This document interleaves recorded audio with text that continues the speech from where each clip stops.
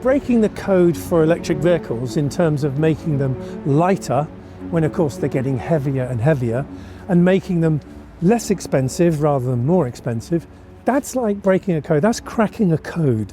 So we've come here, this is the powerhouse, so this was in The Imitation Game, a film about code breaking, and that's the story we're going to tell you about today. So that's why we're here at Bicester Motion, this incredible place that matches up the heritage of the past with the vision of the future. It's the perfect location, to be frank, to come and film all of this with a couple of code breakers, and they'll reveal their wonderful new brand, their wonderful new electric vehicle proposition. I like to see myself as a storyteller, and I can't think of a better story right now than being here with these two gentlemen to talk about an exciting electric vehicle proposition, an electric sports car. So Mark, Daniel, welcome to my LinkedIn channel and other places I can show this to people. I'm so excited to help you tell your story. This is just the beginning of it, and we're going to tell people why we're sat next to a Lotus and a Tesla. You both know a lot about both these cars, don't you? Yeah. On the electric vehicle side, we were both early at Tesla. I was employee 650, and you did a lot of racing around in Lotuses, didn't you? Well, these cars kind of bookend our story of automotive, I guess. Yeah, as Daniel says, for me, building and racing these things was really where I began. And there was a love made between the sort of the plastic pig, as they often get called. But that thing hasn't been recreated ever since. And that's what we're going to talk about. There's a missing bit and you're filling it in. You talk about bookends, you're now going to tell us all of the stuff that's in between those two bookends. And I say to you, it's about time. Congratulations. And I'm so looking forward to telling everybody about what you're doing. It's a privilege to be here telling the early part of that story. So thank you for inviting me to come and do this in this absolutely freezing cold hangar here at Bicester Motion. So what's the relevance of having a Lotus Elise and a Tesla Model Y? Let's say the way everyone thinks about electric vehicles, the kind of definitive EV, certainly across most of the West that everyone looks at, would be Tesla Model Y. And then if you look at the definitive lightweight British sports car, that's really a Lotus Elise. So if we say we're launching a lightweight electric sports car company, most people will probably think that without a roof on. But in reality, the car and where we draw more inspiration from is not, autonomy and large-scale production and maybe soulless and mass-market vehicles, but really cars designed around the driver experience, around materials, around driving dynamics and soul. What's not to like about all of that? And this is the point about your story. You've both come from early day Tesla. You understood, if you like, that original ambition, which began obviously with the Roadster. Some of it's probably quite obvious. I think a lot of viewers will know that the original Tesla Roadster was based off of an Elise. And I think most people also know that actually when they started that program, they had to fall in line with what Lotus said they had to do with the chassis, but actually that Roadster had very little in common with the Lotus that it was based off in the beginning. And I think Elon often says they would have been better off starting from zero. But for our own personal story, these two cars do represent something of our own timeline. So this for me was the first kind of thing that got me into cars. I used to build and race these things, and it was the experience that you had of driving one of those that hooked me forever into cars. And it's something that you cannot find again today.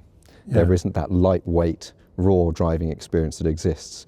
But then to continue the story for us, Tesla here, both Daniel and I were very fortunate to be early into the game with Tesla, launching both the Roadster and then of course into Model S, X, 3 and finally into the Y we have here today. Yeah, can I just say I am disappointed with where we are now with electrification, because it just seems to have kind of defaulted to this bigger, heavier, sometimes faster 0 to 60, like sort of who cares in a way with that, if I'm honest. So you're going the other way, is that right? Have I got this story correct? You're looking to deliver sort of really what Tesla started out trying to do, or we hoped was going to do then with the Roadster 2, but where is that?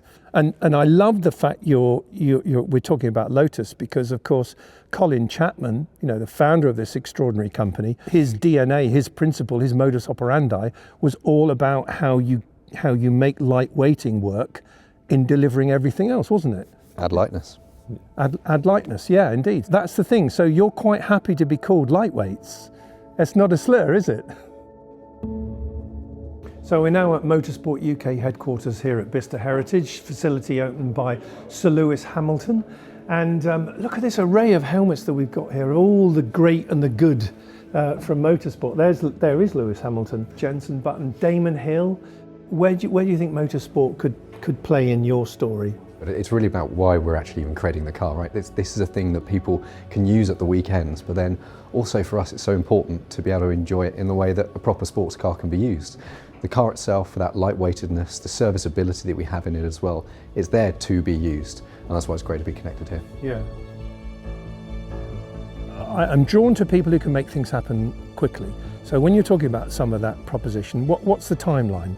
When are you going to have your vehicle, which, you know, we can put up a little picture, have a look at it. I mean, look at it, it's absolutely gorgeous.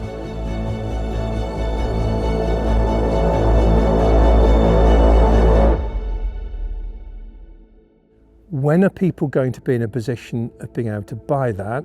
Delivery starts in around 18 months. So summer next year, we'll be delivering cars to Wow. customers. But Roger, Wow. this comes of course off the back of several years. This is now the first time we are breaking cover in Yeah. what we're doing, but we've been working on this for some time now with Yeah. the team around us. There are sports cars, but they're hypercars. You know, I'm a great fan of Mate Rimat's ambitions. You know, that's an amazing company going now for a good number of years. You look at Pininfarina Battista, you look at, these are but they're out of touch for almost everybody. So I'm hoping I know you're not a hypercar, so it's not going to be hypercar pricing, but can you how much is it going to cost? Is there a drum roll emoji? We can put that in, you know. So starting price for the Speedster, £85,000, including VAT. Starting price for the Roadster is £65,000. That's amazing. We're trying to be the antidote to everything you've just described there. This Wow. world of going towards expensive, heavy hypercars full of technology that take you away from that experience. Some companies even take 250,000 of your dollars and hold on to them for 4, 5 or more years. We wonder want who to that do could be. everything to the opposite to that. Yeah. For us, the reason we can move quickly and we're producing this vehicle, it's because it's the thing we want to drive. And I think that's a really powerful part. I think it is a powerful part. I think it's also powerful in what you alluded to there in terms of the spawn of Elon. Notwithstanding at this time, early 2025, how Elon Musk is seen, you know, in the context of not just automotive but politics. So much of that early ambition, particularly those early years, has spawned so many people who've taken away that fire in their belly, that passion of how to achieve things, that, you know, creativity. So I think on the one hand it is very easy and fashionable to just say everything about Elon Musk and Tesla is now bad, but so much of what it has been for sure is now, you know, manifest in people like yourself. I think the one thing that Elon doesn't have, he's not a car guy. You know, he owned a McLaren F1 and wrapped around a tree, but he's not a car guy. One thing we really learned at Lucid and spending time with Peter Rawlinson, who is probably the world's best engineer, and the model the Lucid Air is the best car in the world. Yeah. You know, that's a car company that has great tech. And Tesla is a tech company that builds cars for the masses, right? Specifically supposed to be a car that is not in any way kind of divisive. Yeah. The core of the vehicle proposition is the design, the driving dynamics, and it's enabled by a EV powertrain. Whereas companies like Tesla and Lucid, you focus on the tech, and that's what allows you to produce it. But no one's doing what we're doing, where you're focused on the drive and the drive dynamics. Mark Tarpenning, Martin Eberhard founded Tesla. Right. They put in place all of the steps that led to the Roadster. Elon joined later in the Series A round. Indeed. But the actual people who had to go out and deliver that Roadster, you know, Mark Tarpenning said they couldn't find engineers that could do 9 volts, let alone 400 volts. So you had to, if you wanted to do the Roadster, you had to build all of that. By all of that, I mean, literally, I remember being in Deer Creek and there were people literally taking out 18650 cells from cardboard boxes, putting them into a machine and then gluing them. That's how you made a battery pack in 2010. Yeah. But today, it's 15 years of the most intensive development in a supply chain. You can buy batteries better than the Roadster off the shelf on Alibaba. Yeah, you know. yeah. No, it is extraordinary. And of course, it's now exponential, that growth. But I take your point, both of you have made it, that on the one hand, we've kind of lost sight of what we were trying to do, particularly in the sports car arena. Why I like what you're doing, and when you told me about it and said, you know, please help us share our story, I mean, you're pushing on an open door. Because it's quintessentially British, it's anchored in great engineering, it's, you know, going back to the basics, but making basic very, very, you know, technically advanced in many ways, and making it accessible. Okay, we're not talking about a £20,000 city car. That's not what you're talking about. But making sports cars at the price you've just revealed, I'm quite shocked. You know, my brain is trying to reconcile, well, how's that going to work then as a business? But, you know, the UK has got this glorious heritage of motorsport, and you're now exemplifying that incredibly well. I think particularly with the virtues of, you know, Colin Chapman's legacy, his whole DNA, his whole modus operandi. And breaking cover, here we are at a quintessentially British location with Quintessential weather. Yeah, quintessential weather, nice one. And, you know, the facility here with Vista Motion's quite extraordinary. Has got people that are connecting the heritage of all that's good in engineering and motorsport here in the UK and putting that into the future. I think that works well. The Speedster weighs under a ton, right? It is the lightest electric vehicle on the market other than Formula E. So if you want to go faster everywhere, add lightness, right? How are you going to get going? I mean, you've got investment, you've put your own money into this, but what did you learn in the early days then with Tesla? It's not necessarily just from Tesla either. There are other companies that spun out of that. So Daniel and I are of course involved in Lucid as well. Right. And we saw many of the same things rerun from Tesla again, some of them improved of course, but we've talked about lightweightedness. So building a lightweight company is also part of what we see as what will be the success for the vehicle. And I think we also talk about this analogy of kind of bringing the band together. So when you have a really large company like Tesla, started off small but grew incredibly quickly, you're bringing all of that talent in, and a lot of the time you have to educate that talent to the point where it is then useful to execute on what you want to do. For us, we want to build this lightweight company, which means we are using experts that already have that pedigree, that are already operating at the top of their game in design, in manufacturing and engineering. And like a band, we bring those different players together to produce something that is this incredible piece. Well, what a story this is.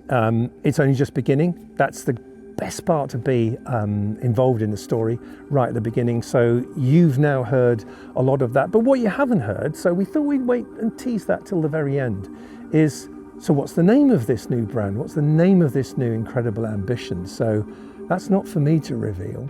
So gentlemen, please tell our friends, what's the company called? Longbow. Longbow, wow. If that isn't quintessentially English, I don't know what is. Are you going to launch the car in Agincourt? Is that?